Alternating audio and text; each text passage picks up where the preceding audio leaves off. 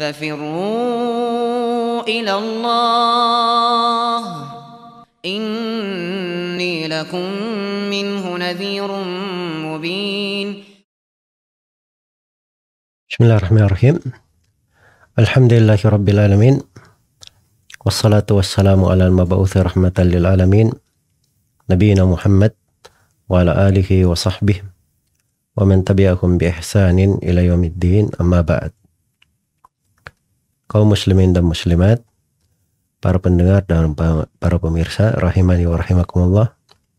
Assalamualaikum warahmatullahi wabarakatuh. Dari suatu pelajaran berharga di bulan Ramadan ini, dan ini adalah pelajaran yang berada di ibadah-ibadah besar yang dianjurkan di dalam agama kita. Kita mengambil pelajaran darinya, bekal dalam kehidupan ini adalah keahlian di dalam menempatkan waktu pada tempatnya dan menata kegiatan-kegiatan di dalam kehidupan kita. Dan ini sejalan dengan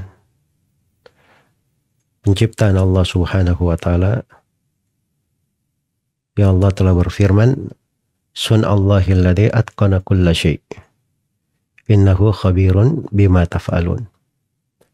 Itulah ciptaan Allah yang menitqan, lengkap dan sempurna pada segala sesuatu. Sungguhnya Allah Subhanahu wa Ta'ala Maha mengetahui seluk-beluk apa yang kalian lakukan.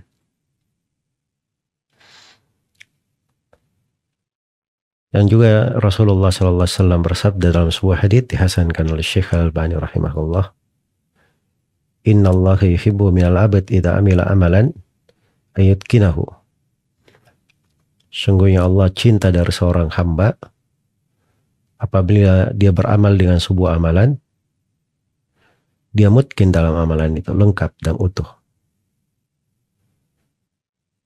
Karena itulah di bulan Ramadan kita ini, kita diberi aturan-aturan. Pada saat berpuasa, ada hal-hal yang diharamkan, tidak boleh kita dekati. Tidak boleh makan, tidak boleh minum, tidak boleh hubungan suami istri. Ada hal-hal makruh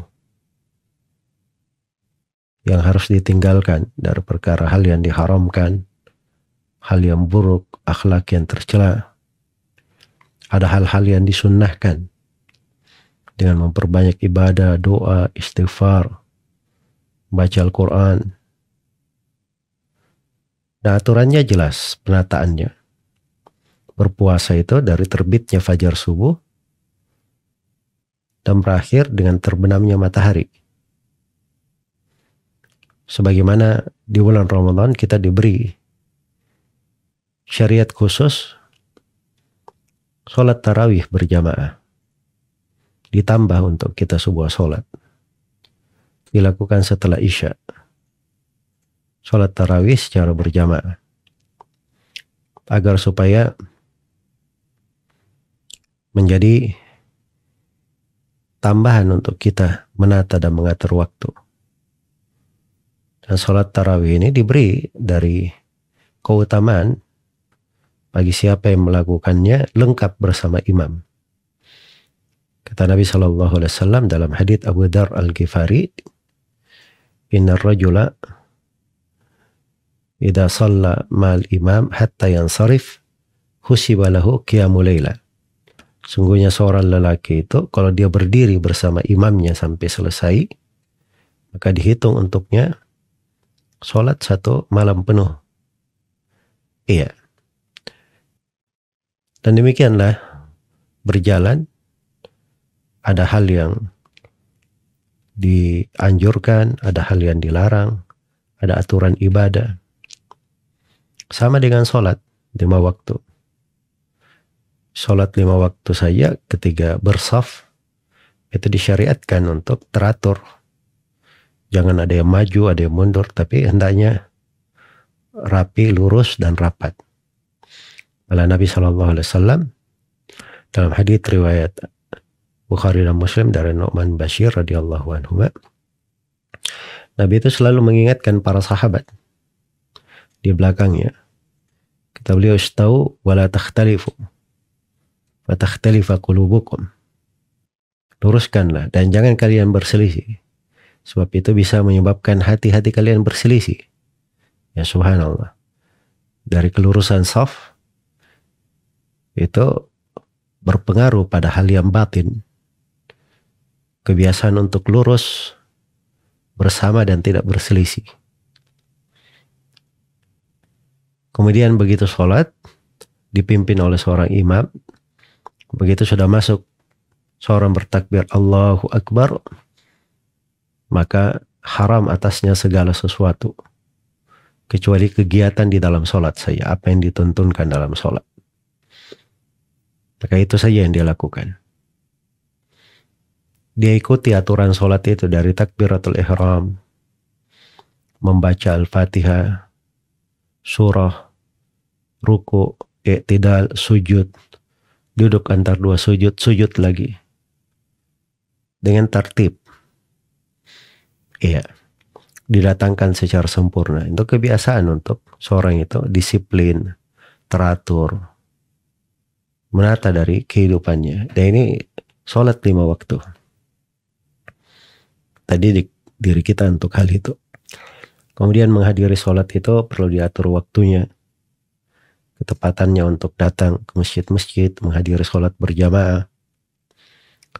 Sebagaimana pada zakat, ada hitungannya, harus kita atur dari hitungan itu. Kita tata diri kita pada harta yang kita miliki, usaha yang kita laksanakan. Ada hitungannya, harta sudah dimiliki dalam setahun, berapa kadar yang dikeluarkan. Itu penataan di dalam hidup. Sama ketika seorang melakukan ibadah haji. Ibadah haji itu ada urutan-urutan pelaksananya. Iya, tanggal 8 hari tarwiyah di Mina, tanggal 9 di Arafah, kemudian wukuf di Arafah sampai matahari terbenam. Setelah itu berjalan menuju ke Musdalifah, bermalam di Musdalifah. Setelah sholat subuh, begitu matahari sudah mau terbit, berjalan ke Mina. Kemudian di Mina dilakukan 4 amalan pada hari itu. Kemudian setelah itu menunggu, kembali ke Mina menunggu tanggal 10, tanggal 11, 12. Itu kewajibannya berada di Mina. Tanggal 12 boleh, kalau ada yang bersegera, kalau ada yang menunggu sampai tanggal 13, maka itu juga adalah hal yang diperbolehkan. Di ibadah itu ada urutan-urutannya, ada tertibnya. Dan ini semuanya gambaran kepada kita tentang indahnya orang yang menata waktunya, rapi, menempatkan segala sesuatu pada tempatnya, disiplin. Itu pendidikan jiwa, dan Allah cinta untuk hamba yang seperti itu. Iya. Dan ini bekal sangat penting dipahami dari ibadah-ibadah yang kita laksanakan. Apa gunanya seorang itu punya banyak fasilitas? Dia cerdas, sangat cerdas misalnya. Kemampuan fisiknya sangat bagus. Tapi kalau tidak ada penataan, tidak ada disiplin dalam hidupnya, maka sulit dia mengukirkan dari hal-hal yang baik di dalam kehidupannya, apalagi ingin mengukir sebuah sejarah yang bermanfaat bagi manusia. Itu harus ada penataan. Ya Allah Subhanahu wa ta'ala memuji dari para malaikat wasaffati saffa, malaikat yang bersaf dengan saf yang sangat rapi. Sampai di hari kiamat ketika malaikat datang, dikatakan waja'a rabbuka wal malaku saffan saffa. Datanglah Rabbmu dan para malaikat. Malaikat itu bersaf-saf datangnya. Iya. Sampai dari ketentuan Allah, kita saja manusia semuanya didatangkan pada hari kiamat dalam keadaan berbaris rapi. Wa uridu ala rabbika saffa laqad ji'tumuna kama khalaqnakum awwala marrah. Dan ditampakkanlah manusia itu semuanya kepada Rabb-nya bersaf-saf. Katakan, sungguh kalian telah datang kepada kami sebagaimana awal kalian diciptakan. Sebagaimana awal kalian diciptakan. Allah Subhanahu wa taala berfirman, "Innallaha yuhibbul ladzina yuqatiluna fi sabilihi saffa ka'annahum bunyanun marsus." Sungguhnya Allah mencintai orang yang berperang di jalannya dengan bersaf-saf, seakan-akan bangunan yang sangat kokoh. Maka ini makna yang sangat indah.